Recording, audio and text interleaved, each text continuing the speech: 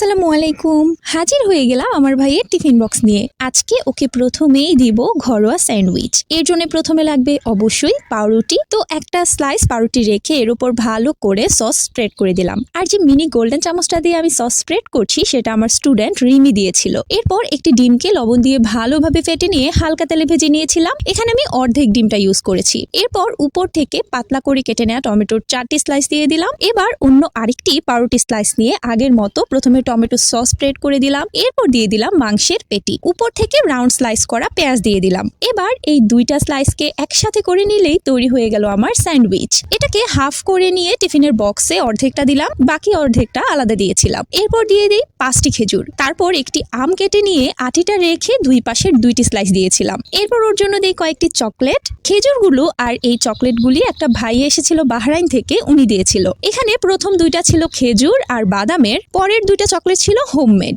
যেগুলোর প্যাকেজিংটা আমার বেশি ভালো লেগেছে। তো এই ছিল আজকের ভিডিও। মিম আপু, এশা আপু এবং আরিশা জাহিন আপুকে ধন্যবাদ কমেন্ট করার জন্য। সবাই ভালো থাকবেন, কাছের মানুষদের ভালো রাখবেন। আল্লাহ হাফিজ।